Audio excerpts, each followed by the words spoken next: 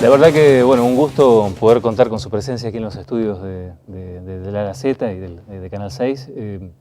Urtubey, bienvenido, buenas noches. Muchísimas gracias. Bueno, la verdad que queremos tener la posibilidad de hablar con alguien que se ha presentado, que ha mostrado sus credenciales y sus pretensiones con vistas a ser una figura que se mete en la discusión política nacional. Nos parece importante hablar un poco del contexto nacional, que uno dice, bueno, a ver, esto se vuelve difícil de explicarlo, ¿no? Porque usted dice, tengo pretensiones, creo que puedo, creo que soy una figura que me puedo poner en consideración del resto de la población, pero el contexto es muy difícil, el contexto realmente está muy complejo. Estamos viviendo un momento difícil de Argentina. Y frente a estos momentos difíciles es cuando se exige mayor responsabilidad en aquellos que ocupamos una responsabilidad institucional. Creo que no tenemos que privilegiar ambiciones personales, cuestiones de esas.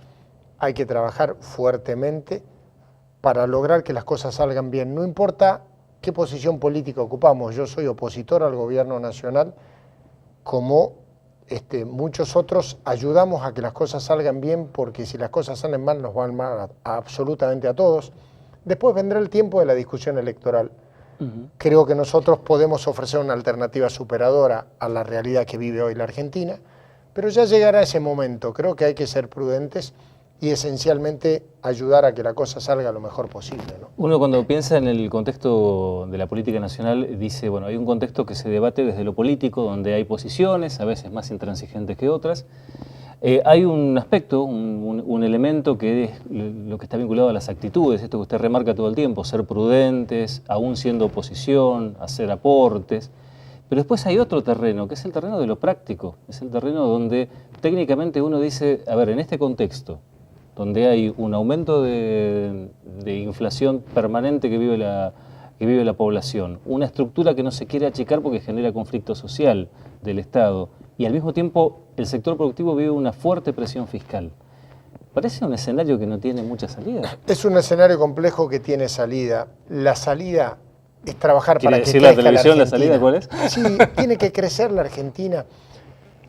Los argentinos tenemos un problema, solemos enamorarnos de las herramientas y no del fin, de los medios y no de los fines. Entonces, reducir el déficit fiscal es una condición necesaria, pero no es suficiente. Digamos, vos lo tenés que hacer, pero con eso solo no resolvés el problema de la Argentina.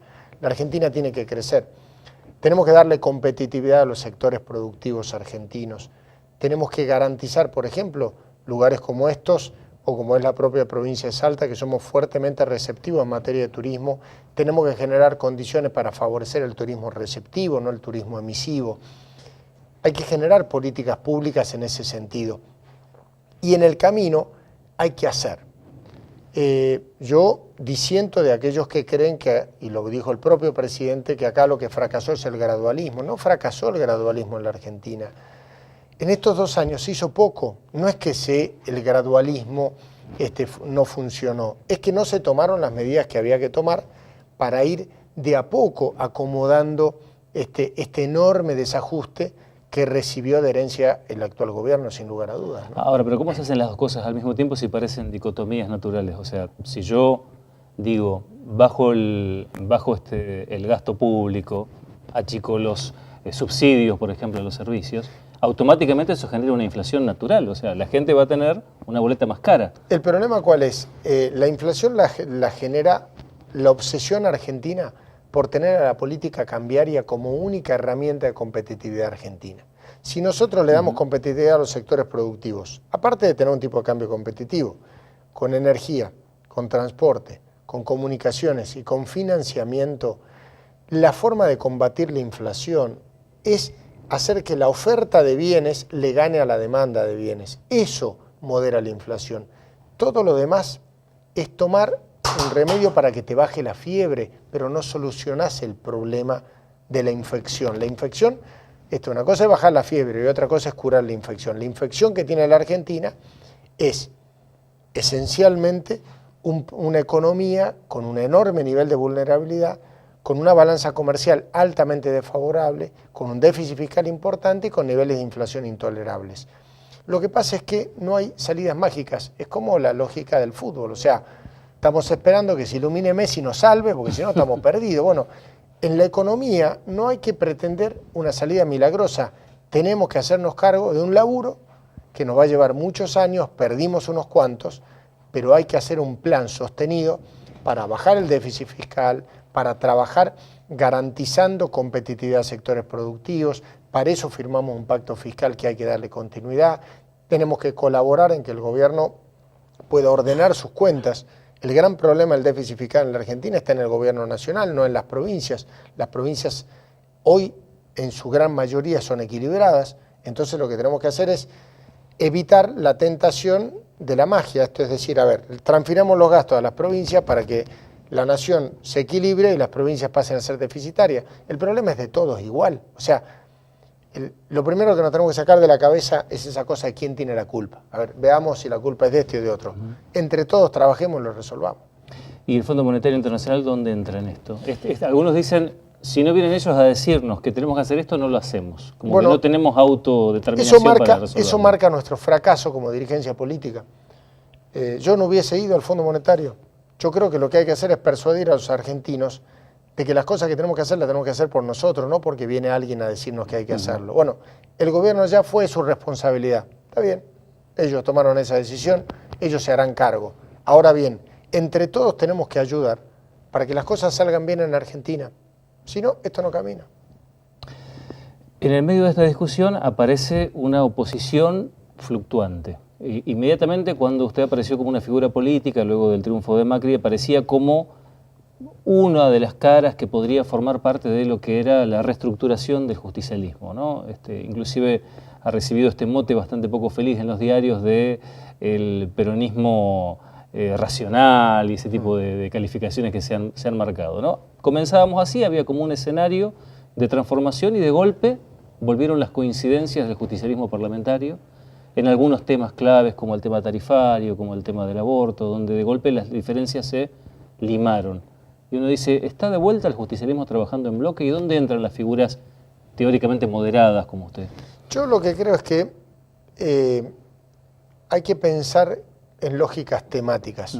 En un tema se pueden poner unos de acuerdo con otros, pero pretender que porque vos estás de acuerdo en un tema, entonces ya significa que sos lo mismo, me parece que es un error. Nosotros desde el peronismo debemos ofrecer una alternativa superadora. El peronismo no puede plantearse como una oposición destructiva al gobierno, porque creo que le hace daño a la Argentina y al propio prestigio del peronismo, más que hacerle daño al gobierno. Entonces, nosotros vamos a seguir trabajando para construir una opción superadora, que nos saque de esta absurda grieta, de esta pelea de unos contra otros, para proponer una alternativa superadora que nos integre a todos. Es un desafío del peronismo y de todas las fuerzas políticas de la Argentina que creen que se puede hacer algo superador. Y creo que somos muchos más de lo que la gente piensa. ¿Y cómo hace el peronismo envidiándose para adentro para dejar de transmitir esta idea de que solamente el camino que puede seguir esta propuesta política se construye a través de lo que la gente denomina el populismo, con todas sus vertientes negativas o sus lecturas negativas como sistema político? Hay que construir un peronismo del siglo XXI. Hay que entender la necesidad de institucionalización. Hay que ofrecer una alternativa que ofrezca salidas racionales para Argentina. O sea, las ofertas que se hicieron en su momento en otro contexto de Argentina podían cuajar para otro momento de Argentina. El mundo hoy nos exige algo diferente. O sea, una Argentina que tiene, por ejemplo, una empresa como INVAP, requiere tener dirigentes que tengan la concepción de una Argentina previsible a 20 años, para poder permitir el desarrollo de esa actividad tecnológica, de la ciencia. O sea, entender un mundo que ha cambiado. Entonces, si nosotros pensamos que el peronismo tiene que ser lo que era hace 30 años o hace 70 años, olvidémonos de que eso es una alternativa de poder. ¿Sabes por qué? Porque nosotros cambiamos. O ni de hace 10, ¿cree que te diga? Ni de hace 2. ¿Por qué? Porque el pasado no vuelve. Ya pasó. Entonces, nosotros no podemos ser una fuerza conservadora que lo que quiere es volver a ese pasado, entre comillas, glorioso o no glorioso, de hace 2 años, de hace 20 o de hace 70. Tenemos que construir futuro. Si somos capaces, y en esto no solo del peronismo, vuelvo a decirlo, creo que hay que hablar con todas las fuerzas políticas, y estamos hablando, que creen que la Argentina puede salir de la pelea de macristas con kirchneristas. Creo que la Argentina puede ser algo más grande que eso. Yo apuesto a eso. Y en el caso del que el justicialismo se plantee una renovación, a uno le cuesta imaginar a un justicialismo reconstruyéndose por fuera de lo que viene a ser su base de sustento de poder electoral, que es las estructuras sindicales, porque las estructuras sindicales no parecen acompañar ese modelo de modernización, siguen siendo estructuras que uno las ve arcaicas hasta en su democracia interna. Algunos están evolucionando en este camino, otros no. Y también es otro de los planteos que nos tenemos que sacar de la cabeza, ¿no? Esos como preconceptos o prejuicios en términos de que todos tienen que tener el modelo de representación de los trabajadores argentinos. Es cierto que siempre estuvo cerca del peronismo y debe estarlo. Ahora bien, el peronismo debe expresar también, y probablemente con mucho más énfasis, a casi un 40% de argentinos que no está sindicalizado porque trabaja en negro, o porque no trabaja, o porque está fuera del sistema. ¿Quién representa a esa gente? Advertimos que hoy no están representados claramente por el gobierno. Tampoco lo están dentro de la lógica tradicional del movimiento obrero porque no califican para hacerlo. Bueno, ha llegado el momento de darle voz a esas enormes masas de la población argentina que no tienen voz, que no tienen voto. Lo mismo que hizo Perón hace 70 años es lo que hay que hacer hoy con muchísima gente que en la Argentina está fuera de todo, con formas diferentes, con organizaciones diferentes, pero me parece que el desafío es integrar a todos, ¿no? ¿Le preocupa la mirada internacional esta idea de, inclusive la mirada regional a nivel continente, donde empieza a dar la sensación y permanentemente se escucha esta sensación, este mensaje de que Argentina, pese a haber sido quizás el país de avanzada en algunos aspectos históricamente de la región, hoy en materia tecnológica, por ejemplo, en materia de comunicaciones, parece haberse quedado en relación a sus vecinos? Chile, por ejemplo, nosotros lo tenemos. Nosotros nos quedamos mucho, pero también tenemos otras cosas en las cuales avanzamos. Entonces eso requiere que podamos entender una mirada mucho más integrada. Y creo que a nivel regional e internacional, una de las primeras cosas que tenemos que hacer es darle contenido a nuestro contexto. El Mercosur hasta hoy no funciona con la intensidad que tiene que funcionar, porque lo único que hace es administrar diferencias de competitividad en alguna línea de producto entre Brasil y Argentina. No se está discutiendo de verdad una integración realmente de alta intensidad como lo que fue la Unión Europea en su momento, o inclusive hasta como lo que es el NAFTA arriba dentro de nuestro continente. Entonces, creo que hay que darle contenido a eso y hay que empezar a trabajar mucho más punto a punto y desideologizar las relaciones internacionales de Argentina. ¿Por qué? Porque después cambian. Ejemplo puntual. En su momento, cuando avanzó el acuerdo del Pacto Andino, la Argentina se quedó afuera, a pesar de ser el país que más extensión tiene de la propia cordillera de los Andes. ¿Por qué? Por una cuestión ideológica. Los gobiernos de Argentina tenían una orientación ideológica y los de los países del Pacto Andino tenían otra. Paradójicamente, ahora cambió. Entonces, el que estaba a la izquierda se fue a la derecha, el que estaba a la derecha se fue a la izquierda, y nosotros, al final, no profundizamos un nivel de relación con socios naturales que tenemos a nivel continental por prejuicios ideológicos. Error grosero. Entonces, me parece que hay que correr la ideología, es obviamente la base sobre la cual vos trabajás y tomás decisiones en tu política cotidiana. Pero yo, ¿quién soy para decir cómo se tienen que organizar internamente otro país del mundo? Que lo resuelvan ellos, no lo resolvamos nosotros. Nosotros sí trabajemos para garantizar a la Argentina la integración de nuestros productos. Yo lo que necesito es ver cómo entran las peras de esta provincia en cualquier país del mundo. ¿Cómo logro yo meter producción ganadera argentina en algún lugar? ¿Cómo exportar tecnología? O sea, si yo me voy a parar solamente en una cuestión ideológica, estoy perdido. Ahora, la discusión ideológica existe, o la discusión pasional argentina existe. Por eso, pero me parece que hay que desapasionarse de eso. ¿Cómo la se desactiva? ¿Sabes qué pasa? Que los negocios son negocio y la pasión es la pasión. Porque cuando vos haces negocios apasionadamente te salen pésimos los negocios y te equivocás en la pasión. Por eso a la Argentina le va como lo va. Entonces, tenemos que ser profesionales en la administración del Estado, en el fomento al desarrollo productivo, en las relaciones internacionales de la Argentina, y después sigamos volcando la pasión en cosas que generen menos daño a la Argentina, digamos. Discutamos apasionadamente las cosas que nos encanta discutir. Somos todos técnicos, somos todos ministros de Economía. Discutamos todo eso. Pero el rumbo de Argentina y nuestra integración internacional y regional, seamos profesionales, porque si no, perdemos mucho tiempo y muchos recursos. ¿Cómo se define usted? ¿Como un estatista de alguna manera? Se lo pregunto en función de esta vinculación que la población tiene con el Estado, en el que no siempre encuentra respuestas, y lo ve solamente como aquel que le genera una enorme carga impositiva y de compromisos que desde hace un siglo, en el mundo, desde hace exactamente, desde 1917 la Constitución de México, 1917 la Constitución de Weimar en la Alemania, para acá, el mundo entero generó mucho mayor presión del Estado en el marco de la economía, hasta los países más liberales. ¿La diferencia cuál es? ¿Tener estados eficientes o tener estados ineficientes? O sea, si vos tenés un Estado más presente, tenés un Estado más importante, pero le ofreces servicios públicos eficientes a la gente, le estás dando un servicio público. Si vos tenés un Estado enorme que no te da buenos servicios y que aparte te pesa en la economía, estás en problemas. O sea, ejemplo puntual, los países del norte de Europa tienen una presión tributaria más alta que la Argentina, pero tienen una calidad de vida mucho mejor porque tienen un Estado que provee servicios de excelencia. Nosotros no lo hacemos y con una presión tributaria menor, por lo cual lo que hay que hacer es ser eficientes.